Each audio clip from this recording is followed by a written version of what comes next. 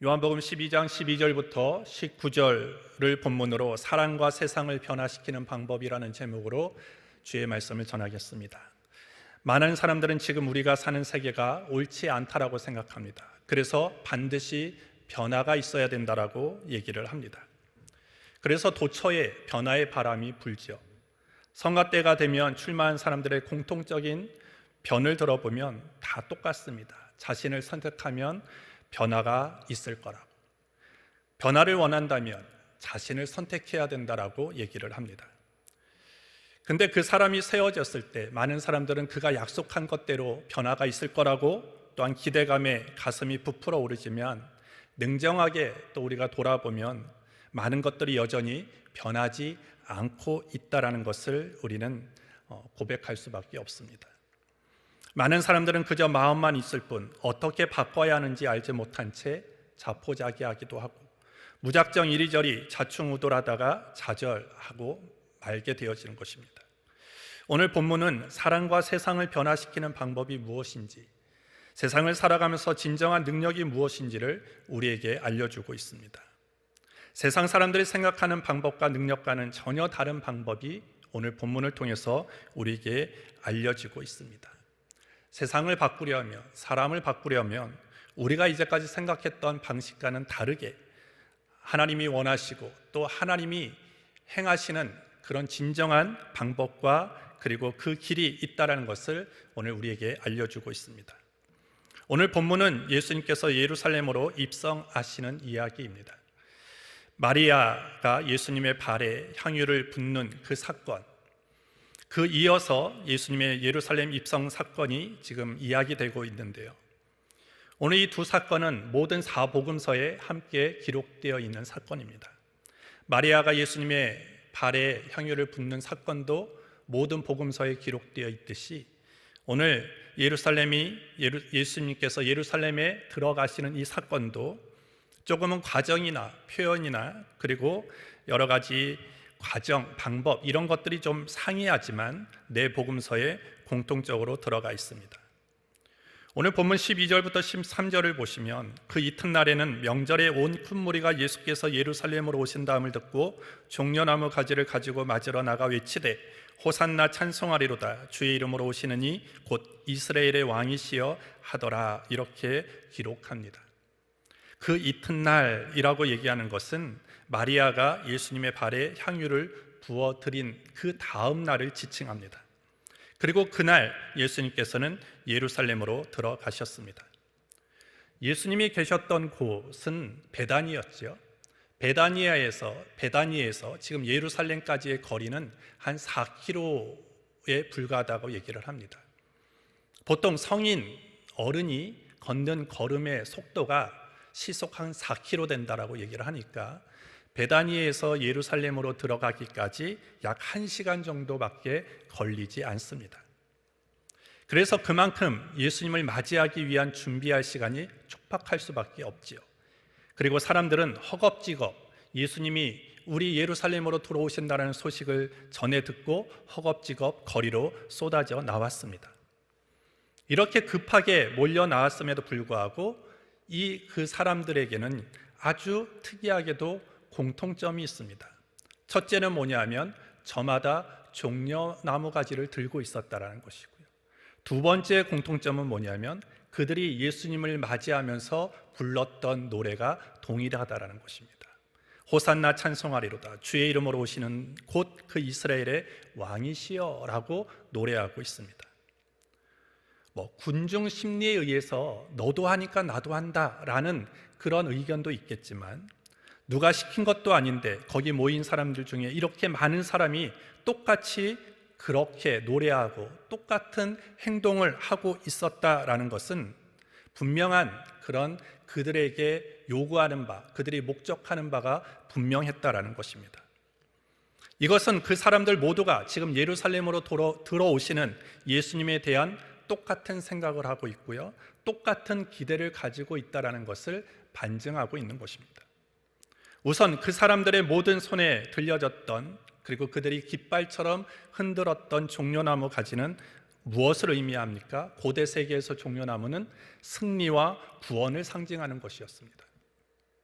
고대 전쟁에서 이기고 돌아오는 장군이나 왕에게 존경과 그리고 기쁨과 희열을 표현하면서 환영하고 맞이할 때 이런 종려나무를 흔드는 그런 풍습이 있었습니다.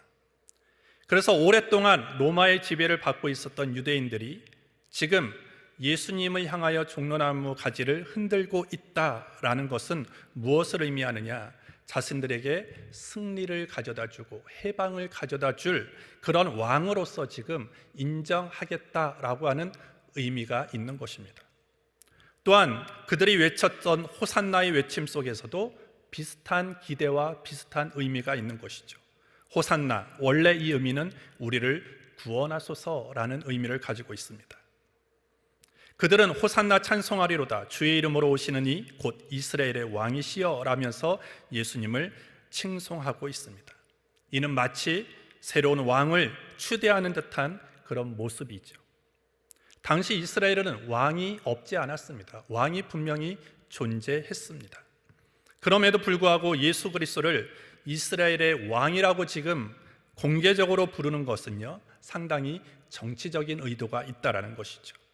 이미 왕이 세워졌음에도 불구하고 우리는 그 왕을 왕으로 인정하지 않겠다라는 것입니다. 지금 예루살렘으로 들어오시는 그 예수를 우리의 왕으로 지금 우리는 인정하고 왕으로 모시겠다라고 하는 외침이었다라는 것입니다. 왜 그랬습니까? 정치적으로 이스라엘을 로마의 압제로부터 구출할 것을, 구원해 줄 것을 고대하고 기대했기 때문입니다. 옛날에 왕이라는 존재는요, 백성들을 구원할 힘을 가진 존재였습니다. 그래서 오늘 유대인들이 예수님을 향하여 그렇게 외쳤다라는 것은 지금 현재는 이 나라가 로마의 식민지여서 여러 가지 고통과 억압과 핍박 가운데 있지만 오늘 이스라엘을 다스리고 있는 이 로마 제국을 무찌르고 이스라엘을 다시 세계 온 나라의 으뜸이 될 수 있도록 강대국으로 세워줄 그런 꿈을 가지고 있었고 그 꿈을 이루어줄 수 있는 분이 오늘 예수라는 사람이라고 그들은 믿었기 때문입니다. 자기들을 로마의 압제로부터 건져주고 다윗 시대의 영광을 되찾아 줄 수 있는 그런 능력 있고 강력한 그런 왕을 이제까지 원했는데 바로 예수였다라는 것을 지금 그들의 행동과 그들의 고백을 통해서 지금 얘기해 주고 있는 것입니다. 그렇다면 왜 이들이 이렇게 예수님을 칭송하고 있습니까? 왜 환호하고 있습니까? 왜 자기들을 로마의 압제에서 건져주고 다윗의 시대의 영광을 되찾아줄 그런 사람으로 지금 여기고 있습니까? 오늘 17절을 보시면 나사로를 무덤에서 불러내어 죽은 자 가운데서 살리실 때 함께 있던 무리가 증거하더라. 얼마 전 예수님께서 죽은 지 나흘이나 지난 나사로를 무덤에서 걸어 나오게 하셨다라는 것입니다. 죽은 지 나흘이 되어 썩은 냄새가 나기 시작한 나사로를 다시 살리신 기적을 행하셨던 장본인이 오늘 예수님이었기 때문입니다. 그것을 많은 사람들은 본 사람도 있고 그리고 본 사람들이 예루살렘으로 와서 이제는 예수라는 사람이 이런 일들을 행하더라. 그리고 그 사람이 죽은 지 나흘이 되어 썩은 냄새가 난 나사로만 살렸던 것이 아니라 그 사람의 행적을 보니까 어느 가나의 동네에 들어가서는 물을 포도주로 변화시켰더라. 어떤 동네에서는 물고기 2마리와 보리떡 5개로 수천 명을 먹였더더라. 이런 얘기들이 들려오기 시작하는 것입니다. 결국 예수님께서 죽은 나사로를 살리셨다는 그 기적, 수많은 이적과 기적을 나타내셨다라는 그 소문이 지금 많은 사람들을 모이게 했고 그리고 그들의 생각 속에 이러한 사람이라면 우리를 로마의 압제로부터 우리를 구원할 수 있는 분, 우리를 다윗의 어떤 영광으로 우리의 나라를 다시 높여줄 수 있는 그런 분으로 그들을 생각하게 했고 기대하게 했다라는 것입니다. 오늘 여기서 보면 많은 군중들이 사람을 바꾸고 세상을 바꾸는 진정한 힘과 진정한 방법이 무엇이었는가, 사람에게 있어서 그 방법이 무엇이었는가를 우리는 발견하게 되었습니다. 사람들이 생각하는, 많은 군중들이 생각하고 있는 그 방법, 그 힘은 힘이라는 거예요. 실력이라는 것입니다. 표적을 나타내는 어떤 카리스마, 이런 것들이 사람을 바꾸고 세상을 바꿀 수 있는 진정한 힘이라고 오늘 생각해 왔다라는 것입니다. 만약에 예수님이 죽은 자를 살리지 못했다라면, 예수님이 어떤 동네에서 물을 포도주로 변화시키지 못했다라면, 과연 지금 예수님이 예루살렘 성전으로 들어올 때 사람들이 그렇게 모여들었을까? 사람들이 그렇게 종려나무 가지를 들며 예수님을 환영하고 맞이했을까? 아마 그렇지 않았을 것입니다. 오늘 그런 기적과 그런 눈에 보이는 표적, 눈에 보이는 그런 실력과 능력이 있었기 때문에 사람들은 모여들었고 예수님을 자신들의 기대와 자신들이 꿈꾸는 것들을 해결해 줄 수 있는 사람이라고 그들은 믿게 되었다는 것입니다. 오늘 이 시대도 마찬가지죠. 이 세상 많은 사람들이 무엇을 요구하고 무엇을 숭배합니까? 오늘 이 사람들과 동일하다는 것입니다. 뭔가 강력한 능력, 뭔가 눈에 보이는 실력, 이런 것들이 정말로 그 사람을 성공의 척도로 삼을 뿐만 아니라 그것을 가지고 있는 사람이 세상을 주도하고 세상을 바꿀 수 있다라고 사람들은 생각을 합니다. 적어도 죽을 자를 살릴 만한 강력한 능력이 있으니까, 일반적인 자연 법칙을 거스릴 수 있는 커다란 힘을 가지고 있으니까 여기에 변화의 방법이 있구나, 변화의 힘이 있구나, 구원의 길이 있구나 라고 사람들은 생각한다라는 것입니다. 하지만 오늘 성경은 그렇게 얘기하고 있지 않다라는 것입니다.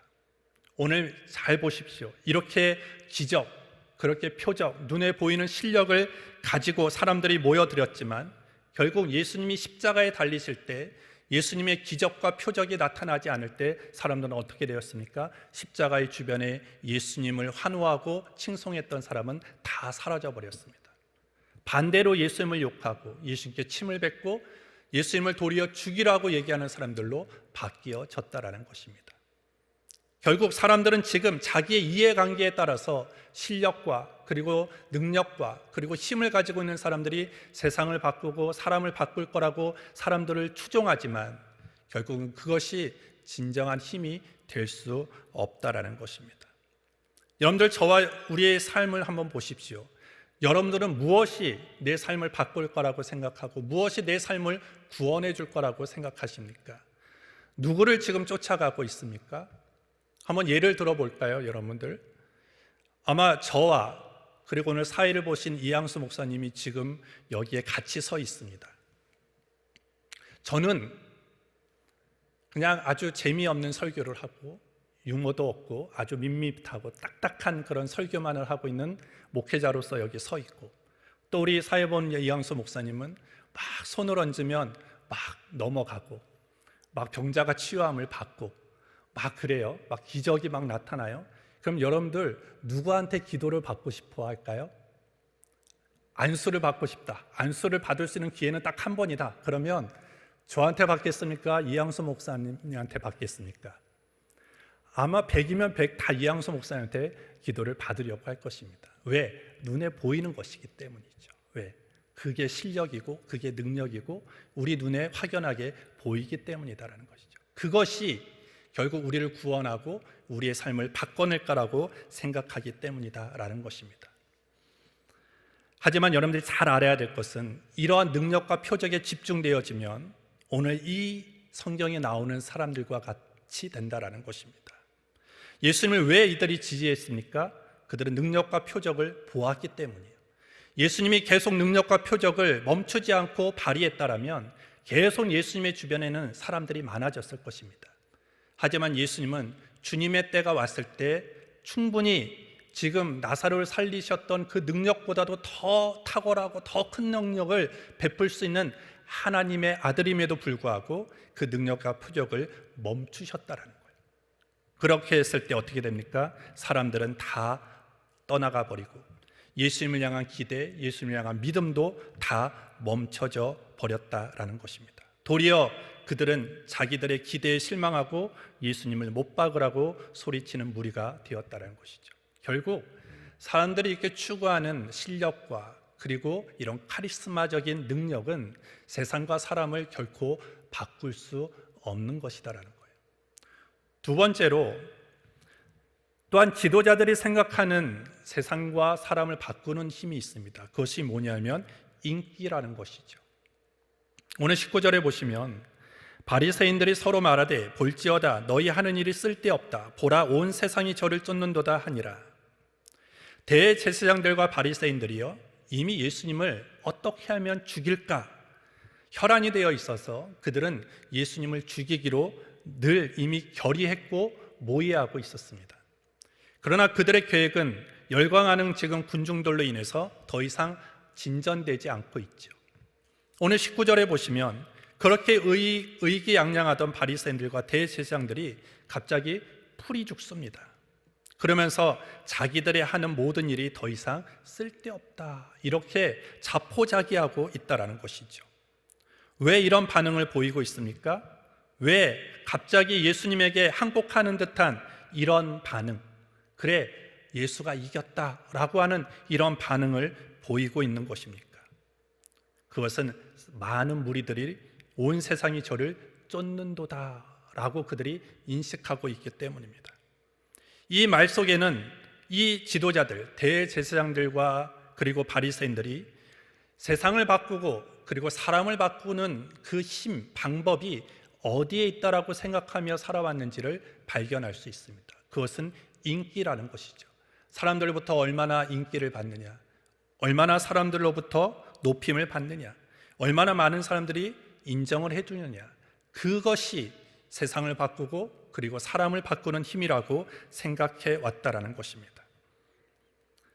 오늘 이런 것에 삶을 망쳐버린 사람이 있죠. 사울입니다. 사울은 여인들이 뛰놀며 노래하여 이르되 사울이 죽인 자는 천천히요 다윗은 만만히로다. 이런 인기, 다윗은 만만이 쫓는데, 10,000명이 쫓는데 나는 1,000명만 쫓는다고? 라고 하면서 시기심이 발동하고 그래서 다윗을 죽이고자 했더라는 것입니다.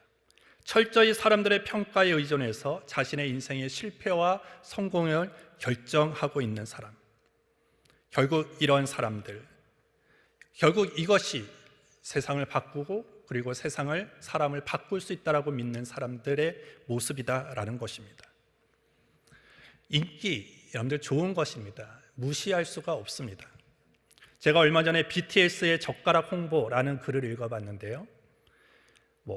우리나라뿐만 아니라 전 세계가 지금 열광하고 있는 그룹이 BTS 아닙니까? 방탄소년단. 이 멤버들이요, 유튜브나 아니면 VM 라이브를 통해서 어떤 자신들의 일상의 어떤 생활들을 이렇게 좀 보여주는 그런 영상들이 있습니다. 근데 한 영상 중에 이들이 식사나 간식을 먹을 때 모든 것을 젓가락을 사용해서 먹는 모습을 보여줬어요. 밥을 먹을 때도 젓가락으로 먹고요, 핫도그를 먹을 때도 젓가락으로 먹고요, 피자를 먹을 때도 젓가락으로 먹고요, 케이크를 먹을 때도 젓가락으로 먹는 그 영상을 계속 보여줬어요. 처음에는 우리나라 사람이야 젓가락을 많이 사용하니까 괜찮은데 전 세계 사람들이요 그 영상을 보고요 혼란스러워했습니다. 어떻게 젓가락으로 피자를 먹어? 어떻게 젓가락으로 핫도그를 먹지? 어떻게 저렇게 행동을 하지? 라고 혼란스러워졌는데요, 이것이 얼마 가지 않아서 어떤 열풍이 일어났냐면 젓가락질 배우기 열풍으로 바뀌어졌어요. 그게 BTS라는 몇 명의 어떤 그 힘이죠. 우리나라가 아무리 젓가락질이 좋은 것이다, 이 젓가락질을 잘함으로 인해서 손재주가 늘어나고 손기술이 늘어난다, 우리나라가 손기술이 좋은 이유는 젓가락질을 하는 이유이다, 이런 얘기들을 아무리 주장해도 어느 나라도 젓가락질을 그렇게 배우려고 하지 않았습니다. 근데 이 방탄소년단이 이렇게 젓가락 홍보를 잠깐 했더니 온 세계가 젓가락질을 배우려고 지금 열광하고 있다는 것이죠. 그것은 어디에 있습니까? BTS의 인기에 있다는 거예요. 인기가 그만큼 어느 정도의 영향력을 끼칠 수 있습니다. 여러분들 포켓몬빵이 지금 유행하고 있습니다. 우리 둘째 아들이요 9시만 되면 집을 나가요. 밤 9시만 되면 갑자기 옷을 챙겨 입고 나갑니다. 처음에는 왜 나가는지 몰랐어요. 근데 한 9시에 나가서 10시가 가까이 돼서 들어오는 거예요. 야, 넌 이 시간에 왜 나가니? 운동하고 오니? 그랬더니 아니래요. 편의점을 갔다 온대요. 우리 집 앞에 바로 편의점이 있는데 뭘 1시간이나 걸려? 그랬더니 온 동네 편의점을 다 다닌 거예요. 왜? 포켓몬빵을 구하려고. 밤 9시에 우리 광교동 주변에 있는 그 편의점에 포켓몬빵이 온대요. 그 소문을 듣고 9시에 미리 가서 기다리고 있는 거예요. 그래서 2개가 오면 2개를 사오고 3개를 오면 3개를 사오는데 그 빵을 사서 뭐 할 건데? 그랬더니 그 포켓몬빵 안에 있는 스티커가 있대요. 그거를 모으고, 그리고 그게 되게 귀한 스티커가 들어가 있으면 그걸 당근마켓에다 올리면 판매할 수 있다는 것이죠. 열풍이 일어납니다. 그래서 제가 어떤 중앙일보를 보니까요, 이 포켓몬빵이 20년 전에 생산되다가 중단됐던 빵이거든요. 20년이 지나서 이 빵이 다시 출시가 된 건데, 재출시가 된 건데, 이 포켓몬빵 안에 스티커가 들어가 있어요. 그 스티커를 만드는 공장이 16년 동안 멈춰졌대요. 근데 20년 후에 지금 재생산되어져서 완전히 인기몰이를 하다 보니까요, 이 공장이 다시 살아나는 것입니다. 재가동이 되었다라고 하는 그런 신문 기사를 본 적이 있습니다. 한 회사를 살리는 것, 인기죠. 사람들의 열광, 인기죠. 그래서 인기라는 것이 그렇게 무시는 못합니다. 인기 없어도 돼, 이렇게 단적으로 얘기할 수는 없지만 정말로 세상을 바꾸고 사람을 바꾸는 진정한 힘은 인기가 아니라는 것입니다. 오늘 조금 전에도 말씀드렸듯이 오늘 가장 변덕이 많은 것이 뭡니까? 사람의 마음이죠. 군중의 마음입니다. 그렇게 종려나무 가지를 흔들면서 호산나 호산나, 아버지와 우리를 구원해 줄 분은 당신밖에 없습니다라고 그렇게 외쳤던 수많은 사람들이 불과 며칠 되지 않았습니다. 오늘 6월 종려주일이니까요, 닷새도 지나지 않아서 많은 그 군중들이 예수를 못 박으라고 얘기하고 예수를 죽이라고 그 마음이 변화되었다라는 것, 바뀌었다라는 것이죠. 지금 어느 누군가를 막 좋아하고 호응한다 할지라도 얼마 가지 않아서 사람의 마음은 변심하게 되어지고 마음은 바뀌어지는 것을 우리는 주변에서 무수히 많이 보게 되어집니다. 인기는 영원하지 않지요. 사람들은 하루아침에도 등을 돌리게 되어집니다. 따라서 사람을 바꾸고 그리고 세상을 바꾸는 그 진정한 방법과 그리고 진정한 힘은 인기가 될 수 없다라는 것이죠. 그렇다면 진짜 세상을 바꾸고 사람을 바꾸는 진정한 방법과 힘은 무엇이겠습니까? 오늘 예수님이 우리에게 하나의 행동을 통해서 그리고 하나의 말씀을 통해서 우리에게 알려주고 계십니다. 14절부터 15절에 보시면 예수는 한 어린 나귀를 만나서 타시니 이는 기록된 바 시온 따라 두려워 말라 보라 너희 왕이 나귀 새끼를 타고 오신다 함과 같더라. 첫 번째 세상과 사람을 바꾸는 진정한 방법이 무엇인가는 예수님의 행동을 통해서 우리는 발견할 수 있습니다. 사람들의 호산나 소리를 들으면서 예수님이 어떤 행동을 취하셨습니까? 어린 나귀를 타셨습니다. 이것은 큰 무리가 외치는 소리와 어울리지 않지요. 군중들이 예수님을 맞이하는 이 모습과는 전혀 어울리지 않습니다. 이스라엘의 왕으로 어떤 로마의 압제로부터 자신을 구원할 정치적인 메시아로서 그 왕으로 추대하려고 하는 그 시간, 그 장소에서 이 어린 나귀는 어울리지 않습니다. 누군가에게 빌려서라도 예수님은 백마를 타고 들어왔어야 한다는 것이죠. 근데 오늘 예수님은 그렇게 하시지 않으셨다는 거예요. 어린 나귀를 타셨다는 것은 섬기려고 오시고 그 섬김의 길을 가시는 주님의 모습을, 예수님의 모습을 상징적으로 보여주고 있는 것이 어린 나귀를 타고 들어오시는 모습입니다. 또한 나귀도 조그만데 거기다 어린 나귀를 탔다는 것은 더 작은 것이라는 것이죠. 자기를 비우고 자기를 더 낮아지게 하는 겸손함의 상징이었다라는 것입니다. 또한 예수님이 하신 말씀이 있습니다. 요한복음 12장 24절에 보시면 내가 진실로 진실로 너에게 이르노니 한 알의 밀이 땅에 떨어져 죽지 아니하면 한 알 그대로 있고 죽으며 많은 열매를 맺느니라. 풍성한 열매를 맺기 위해서는 한 알의 밀이 자기의 모습, 자기의 형체를 그대로 가지고 있으면 절대 열매는 맺을 수 없다라는 거예요. 그 한 알의 밀이 형체도 사라지고 자기의 모양도 다 없어지지 않으면 결코 열매는 맺을 수 없다. 그 형체가 다 사라져야지만, 죽어야지만 많은 열매를 맺을 수 있다라는 것을 예수님이 오늘 말씀해 주고 있습니다. 결국 사람과 세상을 바꿀 수 있는 진정한 방법과 힘은 어디에 있느냐? 길은 어디 있느냐? 겸손, 낮아짐, 섬김이라는 것에 있음을 오늘 예수님은 행동을 통해서, 말씀을 통해서 우리에게 가르쳐 주고 계십니다. 왕의 승리를 외치는 소리를 들으면서 예수님이 백마가 아닌 아주 어린 나귀를 타고 들어올 수 있다는 것, 이것은 세상적인 가치관으로는 절대 불가능하다라는 것입니다. 예수님이 끝까지 그 겸손함과 낮아짐과 그리고 그 자기 비움을 끝까지 놓치지 않을 수 있었던 것은 뭡니까? 하나님의 말씀에 그대로 사로잡혀 살았기 때문이다라는 것이죠. 오늘 15절에 보시면 이는 기록된 바 이렇게 되어 있습니다. 어린 나귀를 타고 들어온 것은 예수님의 자의적인 생각이 아니에요. 예수님이 그렇게 하고 싶어서 갑자기 생각나서 이렇게 한 것이 아니라 이미 성경에 그렇게 기록되었기 때문에, 오늘 하나님의 말씀에 사로잡혔기 때문에 그 진정한 능력이 어디 있다라는 것을 잊어버린 적이 없다라는 것입니다. 오늘 우리도 하나님의 말씀에 기초를 두고 그 말씀을 실현해 가는 삶이 가장 능력 있는 삶이요, 가장 힘이 되어지고 세상과 사람을 바꿀 수 있는데, 오늘 하나님의 말씀이 우리에게 가르쳐주는 세상을 바꾸고 또한 사람을 바꿀 수 있는 진정한 방법과 길은 어디에 있습니까? 오늘 예수님이 말씀하시고 보여주신 겸손, 낮아짐, 섬김에 있다라는 것입니다. 오늘 예수님은 오늘 요한복음뿐만 아니라 마가복음 10장 43절과 44절에서도 비슷한 말씀을 하셨어요. 너희 중에는 그렇지 아니하니 너희 중에 누구든지 크고자 하는 자는 너희를 섬기는 자가 되고 너희 중에 누구든지 으뜸이 되고자 하는 자는 모든 사람의 종이 되어야 하리라.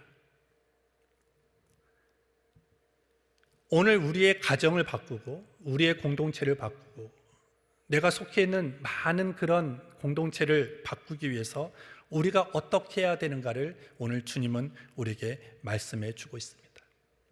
아직도 내 형체가 그대로 남아있다면 우리의 가정은 변화되지 않습니다. 우리의 공동체는 변화되지 않습니다. 한 알의 밀이 썩어 죽어져야지만 풍성한 열매를 맺듯이 내 고집과 아집과 나의 모든 것들이 죽어져야 돼요. 감추어져야 됩니다. 그리고 내가 뭔가 으뜸이 되고자 하고 내가 인정받기보다는 내가 낮아지고 내가 섬기는 종이 되고자 하는 마음으로 나아갈 때 우리의 주변의 사람은 바뀌고 우리의 세상은 바뀌고 우리의 공동체는 바뀌게 되어지는 것입니다. 그것을 너무나 잘하신 분이 예수님이죠.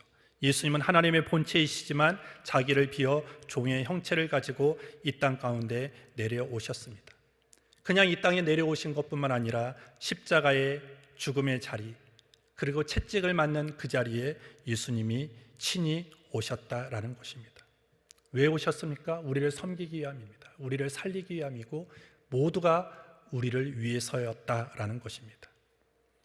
여러분들, 세상은요, 내가 얼마나 세상을 바꿀 수 있느냐, 그것을 우리의 힘과 우리의 인기와 우리의 명예로 판단합니다. 하지만 오늘 주님은 한 번도 그렇게 말씀하신 적이 없다라는 것입니다. 정말 너희가 우리의 사람을 바꾸기를 원하냐?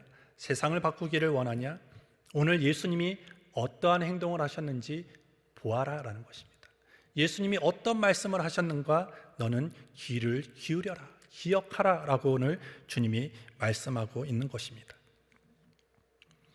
신경덕 시인의 나는 이라는 시가 있습니다. 제가 한번 읽어드리겠습니다. 나는 망치보다는 못이 되고 싶어. 얻어맞으면 맞을수록 깊게 깊게 박혀 어둠 속에 숨어서 짧게 또는 길게 받쳐주는 힘이 되고 싶어. 한 개 못이 되어 덜어는 걸려주는 힘이거나 버티어주는 힘이 되고 싶어 라는 그런 짤막한 시입니다. 오늘 이 시에서는요, 섬김의 지혜를 우리는 배울 수 있습니다. 사람들은 못이 되기보다는 망치가 되고 싶어 하죠. 왜냐하면 못은 늘 망치에게 얻어맞기 때문입니다. 우리는 얻어맞는 것을 싫어합니다. 그리고 망치는 힘이 있습니다. 하지만 반대로 못은 힘이 없지요. 망치가 때리면 그냥 맞아야 하는 것입니다. 그런데 참으로 위대한 일은 망치가 아니라 못에 의해서 이루어진다라는 것입니다. 못은 자기를 감추지요. 못은 망치가 자기를 때리면 때릴수록 자기의 모습은 점점 사라져 버립니다. 못은 망치에게 맞으면서도 깊게 박혀 어둠 속에 자신을 숨깁니다. 하지만 자신을 감추지만 어떻게 됩니까? 누군가를 받쳐줍니다. 누군가의 힘이 되어줍니다. 버티어주는 힘이 되어주는 것입니다. 이렇게 못처럼 사신 분이 있는데 예수님이라는 것입니다. 예수님은 얻어맞으셨어요. 채찍으로 맞으셨습니다. 얻어맞으면 맞을수록 깊게 박힌 못처럼 예수님은 어둠 속에 감추어졌지만 그 예수님으로 인해서 많은 사람이 힘을 얻게 되어지고 예수님으로 인해서 소망을 얻게 되어지고 예수님으로 인해서 살아나는 그런 역사가 일어났다라는 것입니다. 오늘 예수님은 늘 우리에게 보여주셨던 그 삶의 모습은요, 낮아지고 아래로 향하는 모습, 목과 같은 모습을 우리에게 보여주셨습니다. 무릎을 꿇고 제자들을 발을 씻겨주는 모습, 우리는 그 모습을 기억합니다. 오늘 결국 그 예수님이 살아가신 그 모습이 세상을 바꾸고 사람을 바꾸어낼 수 있는 것입니다. 아까 서두에 말씀드렸듯이 사람들은 늘 세상이 바뀌어지기를 원하지만 왜 여전히 세상은 바뀌어지고 있지 않는가? 그것은 우리가 예수님처럼 살지 못해서이기 때문이에요. 예수님처럼 모처럼 살지 못하고 낮아지고 겸손하고 자기를 비우지 못했기 때문에 여전히 세상은 바뀌지 않고 있다는 것입니다. 우리가 오늘은 종려주일이고 내일부터 고난주간이 시작되어집니다. 우리가 예수님의 고난을 깊이 묵상하며 예수님의 고난에 동참한다는 의미가 무엇이겠습니까? 예수님이 우리에게 보여주셨던 이 삶의 모습들, 예수님이 우리에게 가르치셨던 이 삶의 교훈들을 우리가 잘 기억하고 내 삶의 자리에서, 가정에서, 직장에서, 믿음의 공동체 속에서 하나하나 그 겸손과 섬김의 모습을 실천하고 나아가는 것, 그것이 예수님의 고난에 동참하는 것입니다. 결국 그것이 우리의 삶에 지속되어지고 그리고 그 삶의 모습들이 더 삶의 영역 속에서 퍼져갈 때 우리 주변의 사람은 바뀌고 우선 내가 바뀌겠죠. 내 자신이 바뀌고 내 자신이 바뀜으로 인해서 내 주변의 사람이 바뀌고 세상이 바뀌는 그런 귀한 역사가 일어나게 될 줄 믿습니다. 따라서 예수님께서 보여주신 사람을 바꾸고 세상을 바꿀 수 있는 진정한 방법과 진정한 능력이 무엇인가를 우리는 이제 알았습니다. 이제부터는 그런 예수님의 겸손과 섬김을 본받아 실천하며 살아가는 저와 여러분들이 되기를 주의 이름으로 축복합니다. 하나님 아버지 감사합니다. 오늘도 이 거룩한 주의 날 하나님의 전으로 불러주셔서 주를 예비할 수 있도록 인도해 주신 것 감사합니다. 오늘도 주신 말씀을 기억합니다. 하나님의 세상이 추구하는 힘과 실력과 인기가 아니라 하나님이 우리에게 친히 보여주시고 가르쳐 주신 그 겸손과 섬김의 모습으로 내가 변하고 사람이 변하고 세상이 바뀌어질 수 있도록 인도하여 주시옵소서. 그 모든 일에 하나님 우리 모두가 아버지여 도구로 사용되어질 수 있도록 성령님 우리를 인도하여 주시옵소서. 예수님의 이름으로 기도합니다. 아멘.